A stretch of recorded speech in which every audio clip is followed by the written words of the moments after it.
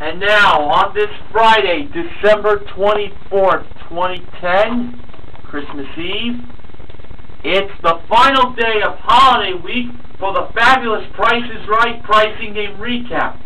And I'm going to be giving the results done differently in my version of 'Twas the Night Before Christmas. It's entitled 'Twas the Day Before Christmas on the Price is Right. 'Twas the day before Christmas, and on the Price is Right, contestants came up on stage to win prizes in sight. There were games such as Pay the Rent, Double Prices, and Dice Game. Flip-Flop, That's Too Much, and Secret X were also played today. First contestant was David, who played Pay the Rent, had a chance for $100,000 or leave without a cent. In the mailbox, a ribbon was placed. Such a small product, enough room was spaced. For the couch and stove, the drink mix and cookies were next.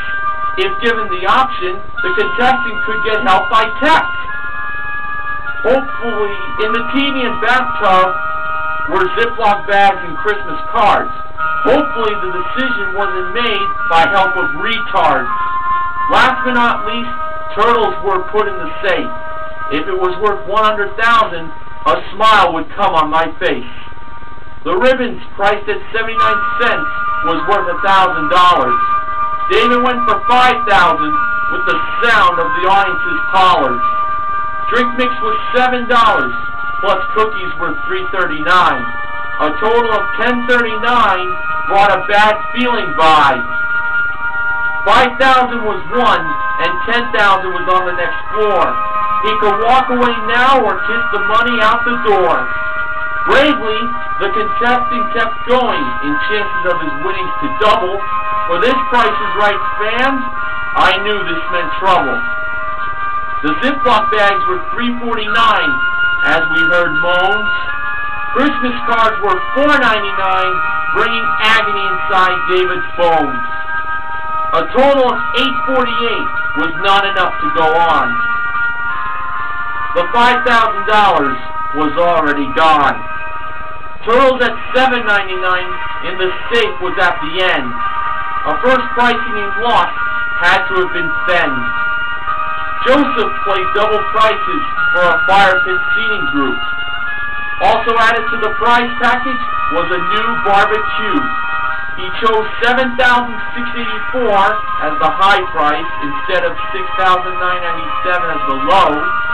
Almost saying $6,997 led to a major blow. He should have went with the low price, as he would have said.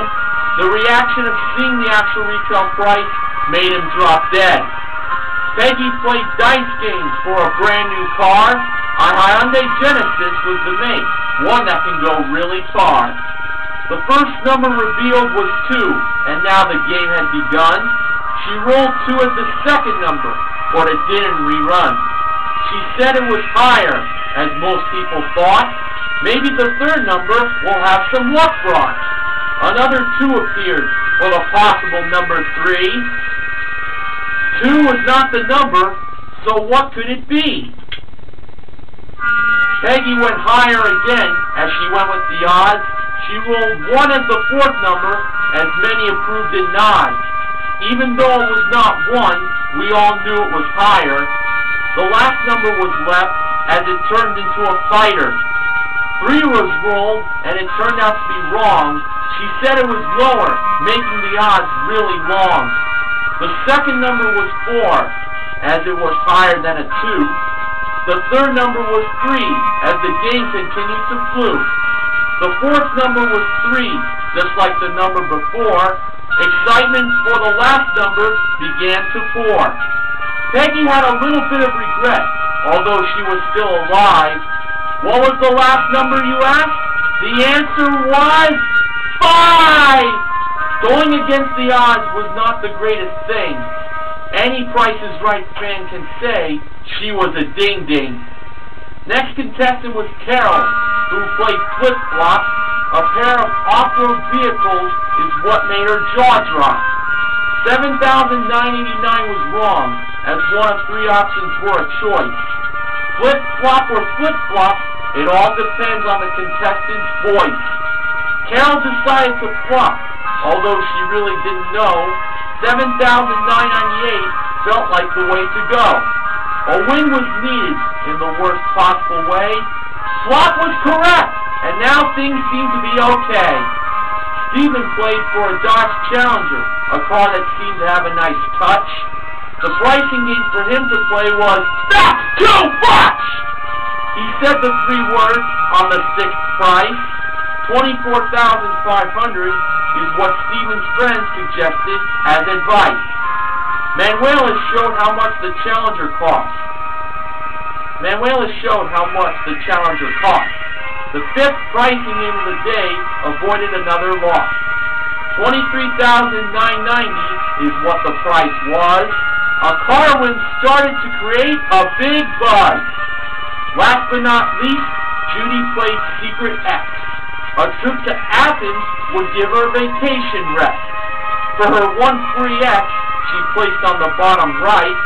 Winning 2 more X's would make things out of sight. For the cookie cutter set, she chose 15 over 25. 15 was correct, which sent her in a jive.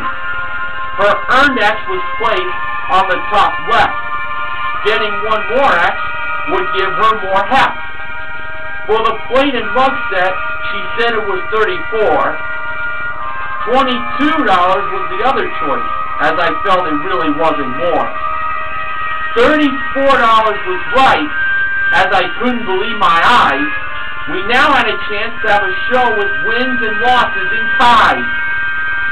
Judy placed her 2nd X on the bottom of the left side.